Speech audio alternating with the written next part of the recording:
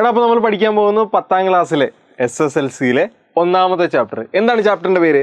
Arithmetic sequence അല്ലെങ്കിൽ സമാന്തര ശ്രേണികൾ. ഇവിടെ നമ്മുടെ പുതിയ ടെക്സ്റ്റ് ബുക്ക് ആയതുകൊണ്ട് അല്ലെങ്കിൽ പുതിയ സിലബസ് ആയതുകൊണ്ട് നമ്മൾ ഏറ്റവും പുതിയ രീതിയിലുള്ള അല്ലെങ്കിൽ ഏറ്റവും പുതിയ സിലബസുമായി ബേസ് ചെയ്ത ക്ലാസ്സുകളാണ് എടുക്കാൻ പോകുന്നത്. വളരെ ഇമ്പോർട്ടൻ്റ് ആണ്, വളരെ ശ്രദ്ധിച്ചേക്കണം. അപ്പോൾ നമുക്ക് നമ്മുടെ ചാപ്റ്ററിൻ്റെ പേരെന്താണ്? അരിത്തമെറ്റിക് സീക്വൻസ്, സമാന്തര ശ്രേണികൾ. അപ്പോൾ നമുക്ക് ആദ്യം ആ സാധനം എന്താണെന്ന് നമുക്കൊന്ന് പഠിക്കാം അല്ലേ. അരിത്തമെറ്റിക് സീക്വൻസ് അല്ലെങ്കിൽ സമാന്തര ശ്രേണി എന്താണെന്ന് ആദ്യം നമുക്ക് മനസ്സിലാകണ്ടേ, എങ്കിലല്ലേ നമുക്ക് ഈ ചാപ്റ്റർ പഠിക്കാൻ പറ്റുള്ളൂ. അപ്പോൾ ഒരാൾ വന്ന് നിങ്ങളോട് ചോദിക്കുവാണ് എന്താണ് ഒരു അരിത്തമെറ്റിക് സീക്വൻസ്, എന്താണ് ഒരു സമാന്തര ശ്രേണി എന്ന് ചോദിച്ചു കഴിഞ്ഞാൽ നമ്മൾ എങ്ങനെ സിമ്പിളായിട്ട്, ഏറ്റവും സിമ്പിളായിട്ട് അയാൾക്ക് എങ്ങനെ പറഞ്ഞു കൊടുക്കും? ഇത് സിമ്പിളായിട്ട് ഇങ്ങനെ പറഞ്ഞു കൊടുക്കുകയാണ്. ഏതെങ്കിലും ഒരു നമ്പർ എഴുതുക, 5, എന്നിട്ട് ആ നമ്പറിനോട് നിങ്ങൾക്ക് ഇഷ്ടമുള്ള നമ്പർ കൂട്ടി എഴുതിക്കൂ. ഞാൻ 5നോട് 3 കൂട്ടി 8 എഴുതി. അടുത്തത് 3 തന്നെ കൂട്ടി എഴുതണം. 3 തന്നെ കൂട്ടി 11 എഴുതി. അടുത്തത് 3 തന്നെ കൂട്ടി 14 എഴുതി. അടുത്തത് 3 തന്നെ കൂട്ടി 17 എഴുതി. ഇങ്ങനെ ഒരേ നമ്പറുകൾ കൂട്ടി എഴുതുന്ന നമ്പർ സീക്വൻസ് ഇല്ലേ, ഒരേ നമ്പർ കൂട്ടി തന്നെ എഴുതുന്നത്, അതിനെ പറയുന്ന പേരാണ് അരിത്തമെറ്റിക് സീക്വൻസ്, സമാന്തര ശ്രേണി. വേറൊരെണ്ണം പറഞ്ഞാൽ ഇത് ഇങ്ങനെ പറയാം. 6 ഞാൻ 4 ആഡ് ചെയ്തു 10 എഴുതി.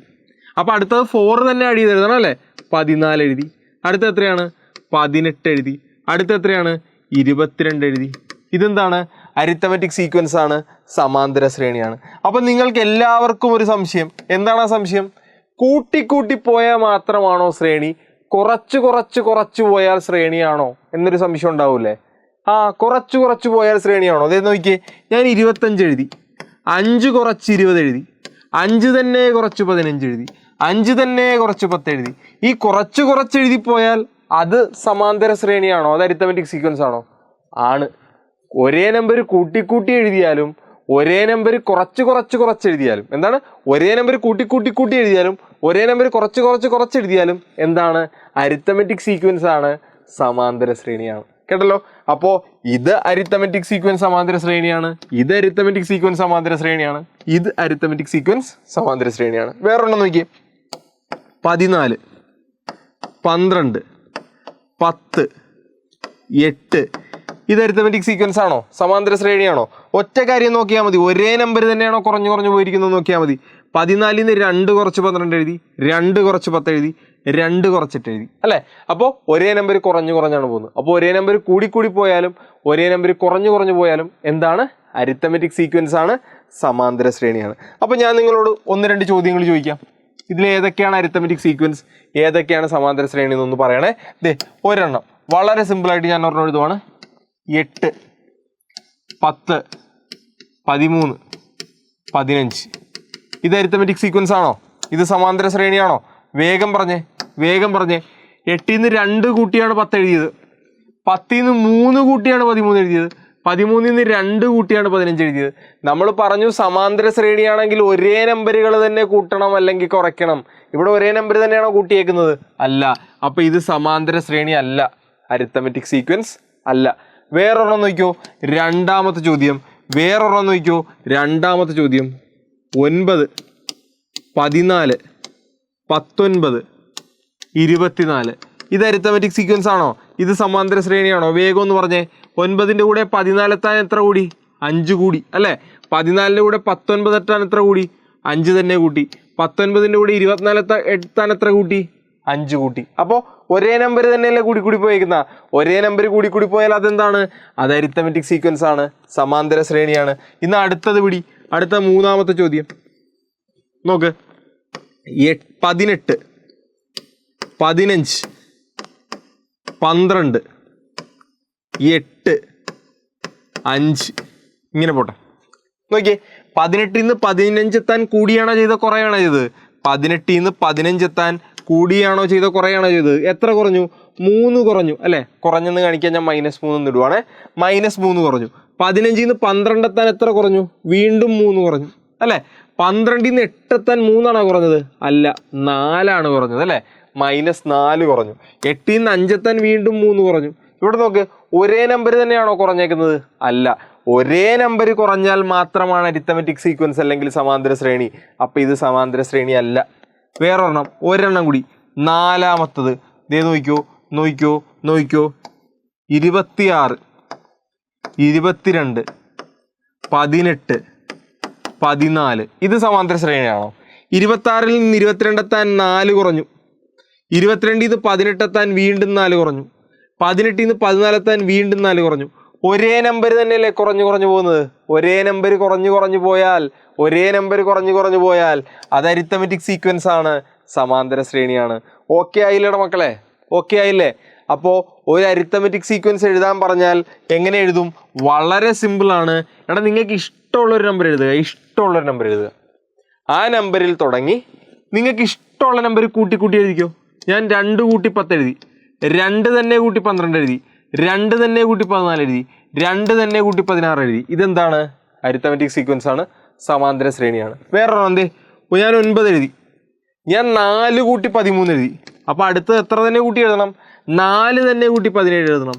അടുത്ത 4 തന്നെ കൂട്ടി 21 എഴുതണം. അപ്പം 4 കൂട്ടി പോകുന്നതാണ്. ഇനി കൂട്ടി തന്നെ എഴുതണമെന്ന് നിർബന്ധമുണ്ടോ? ഒരു നിർബന്ധവും ഇല്ല. എന്താണത്? 26 ഞാൻ 5 കൂട്ടി 21 എഴുതി, അല്ല 5 കുറച്ച് 21 എഴുതി. ഞാൻ വീണ്ടും 5 കുറച്ച് 16 എഴുതി. ഞാൻ വീണ്ടും 5 കുറച്ച് 11 എഴുതി.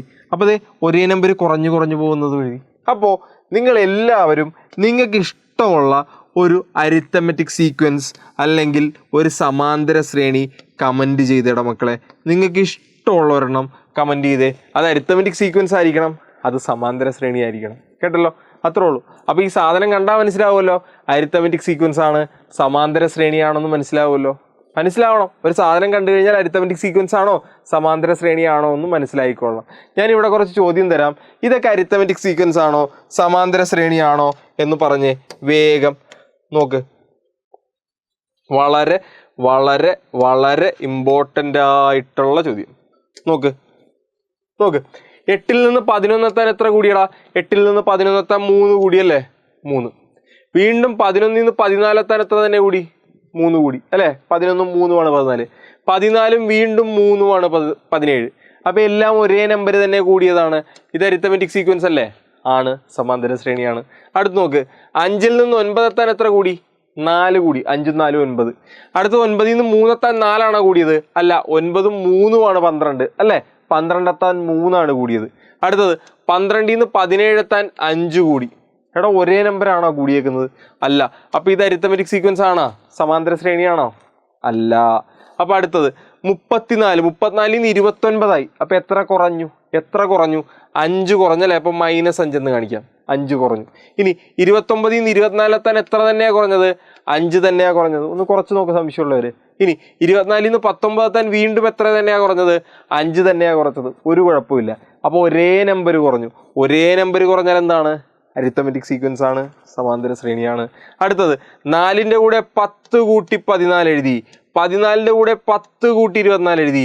24-ന്റെ കൂടെ 10 കൂട്ടി 34 എഴുതി. ഒരേ നമ്പർ തന്നെയാണ് കൂട്ടിയത്. അരിത്തമെറ്റിക് സീക്വൻസ് ആണ്, സമാന്തര ശ്രേണിയാണ്. 23-ന്റെ അടുത്ത് നിന്ന് 3 കുറച്ചു അല്ലേ? 3 കുറച്ചല്ലേ 20 എഴുതിയേക്കുന്ന? 3 കുറച്ചു.